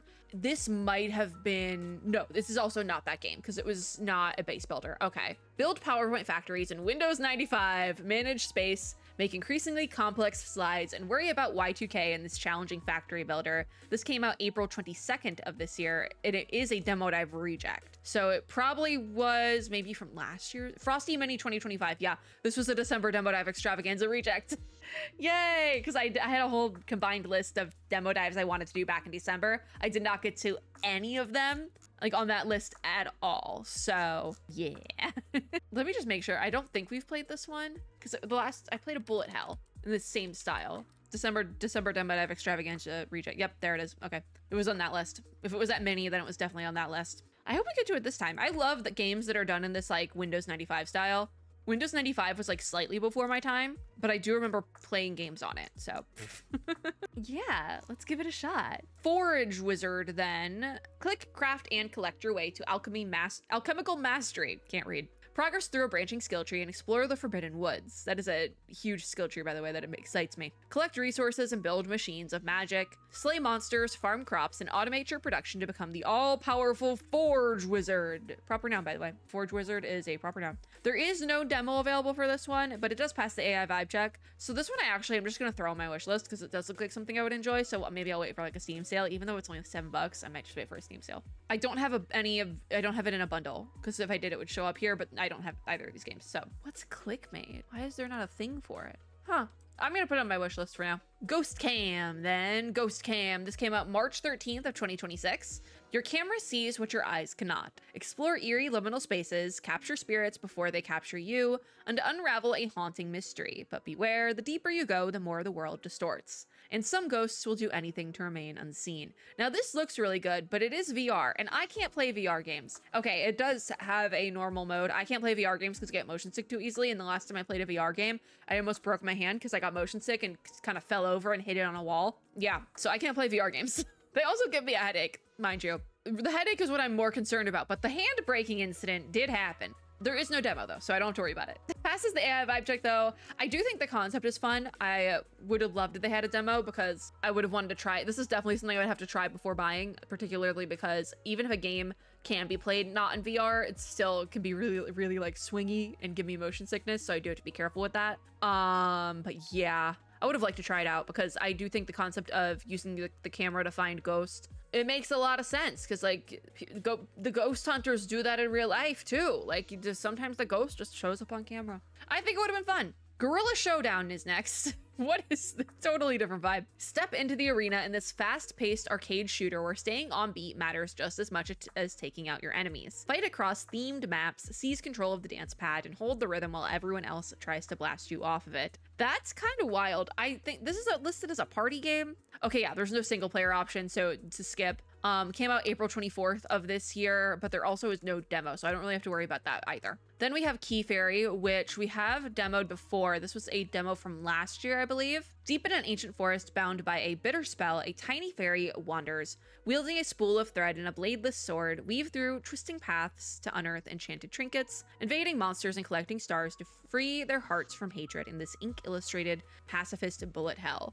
Released February 18th of this year. This was at Frosty Games Fest last year as well. I believe we did demo this because I'm pretty sure I did get through all the Frosty games I had to demo. The demo that's available now is different from the one I played last year. And I think I might have done this off camera. Hold on, and let me see if I can find my list. Key Fairy was also in the December list, but it was summer as well. So that's a double reject, but also it was one of the ones I played off camera and I gave it an NA ranking because it unsettled me. Interesting. I didn't play this one. I feel like we should give it another shot. Another demo is available. The sale ends in 41 hours. The countdown clock for the sale is kind of scary. Why was I unsettled? I mean, the art's a little bit unsettling, but like that's the point. I'm actually gonna make a concession this time because I didn't actually demo it last year. If I did demo it, it was only for a couple minutes. Yeah, we're putting Key Fairy back on the list because I didn't record it. So I'm like, okay, this is the only game I think that's getting a concession this year. because I don't remember why I was unset. It probably was the artwork probably hurt my eyes a little bit. I'd be curious if they added a setting to like lessen the contrast or something. I'm curious if there's maybe some accessibility settings, because that might have done it for me. It might not have been that I was unsettled. It might have just gave me a little bit of a headache. I have very sensitive eyeballs. You'll learn. It's either motion sickness or just a general headache or both. Yeah, this is the only game of this is game 318 on the list, and this is the only one I've given re-demo privileges to. Interesting. All right, then we have mixtape. The mixtape. So this was a game that I thought looked really cool, but I knew for a fact I wouldn't be able to play because they use a lot of vocal music that could get me copyrighted in it. However, when it came out, a lot of people really did not like this game. And I didn't really know why, because it looked fine to me. It's a narrative walking sim. Yeah, no, it's what did you expect from a narrative walking sim? Like, it just felt like one of those games that the general gaming crowd kind of like latched onto to be the punching bag of the week for like no reason. And the reviews are all very positive now. So like, they're still like in the 80s, which I think is just, probably just from review bombing. I still don't know what happened. This came out May 7th of this year. I still don't know what happened. Is it like corny? Because newsflash, teenagers are corny. Teenagers are mad corny. So yeah, I don't know what happened with this one. I think it might have just been a case of people playing the game who the game isn't for them. They were not the target audience for the game, and then being mad that it wasn't something they liked when it's not for them. Like if I played Helldivers, I probably wouldn't like it. It's just not for me. They never did a demo though. I would still be curious to play it. Anyways, on their last night together, 3 friends embark on one final adventure, play through a mixtape of memories set to the soundtrack of a generation. It is all like copyrighted vocal music in this. Like I hope there's streamer mode because oh god, maybe that's why people didn't like it. It was like demonetizing videos or something. I don't know. Because a lot of people were also mad that it got such good reviews because they're like, this game sucks. Why does it have a 10 out of 10? They paid for reviews. And it's just like, I'm so tired. I'm so tired of the current gaming landscape sometimes. I really am. Yeah, it was a day of the devs last year. That's when we talked about it. It passes the AI vibe check. I thought maybe people were mad at it because it used AI. Like I couldn't figure it out. I still can't. We're gonna move on though to Null Star Solus. Take on the role of a Corpus Scav drone pilot tasked with tearing through the decaying corpse of a world to salvage the remains of a powerful energy source. That was a very long sentence. I kept like trying to find the end. Master flight through hostile environments and deadly security measures and 100 precision platforming levels. Came out April 16th of this year. It passes the AI vibe check and there's no demo despite it having a demo disc award. There's no demo, so we're gonna skip it. We next have Regions of Ruin Runegate, which is on my wish list. So we have seen this. It's a demo I've rejected. There it is. Embark on an explorative? I don't know how to read. RPG hack and slash adventure where you attempt to reestablish a haven for the lost dwarven civilization. Journey across varied lands, help those in need, gather resources, and fight off goblins and monsters as you slowly rebuild a home for your people. This came out April 14th of this year. It passes the AI vibe check, and it's a demo I've rejected, so I'm not really going to think about it too much. I'm just going to put it on the list again. It's been too long into the video. We've already been recording for over an hour today. I'm just gonna put it on the list. Just gonna throw it on there. It's a reject. I liked it at one point in time. That's fine. That's enough for me.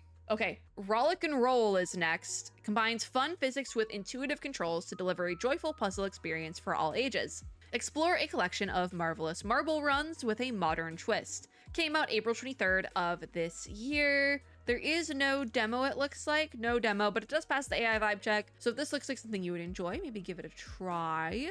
And we have Schrodinger's Cat Burglar back again. This might be our second time seeing it this year. But we did see it quite a few times last year as well, and I talked about it there. I could have sworn we demoed it last year, but there is a new demo, and I think when I looked it up on my Notion, I couldn't find it, which means I did not play it last year, but I remember playing it. Portal with cats. That's what this is. Become entangled in a quantum puzzle adventure. Mittens gains the incredible power to be in 2 places at once. Explore twisted test chambers, make mischief, and evade capture by a whisker. Released May 21st of this year. It passes the AI vibe check still, and I remember demoing this, but it's not on my list anywhere. So I'm gonna look for it. I'm pretty sure it was an off-screen one, but it could have been on-screen as well. Schrodinger's Cat Burglar was an off-screen one.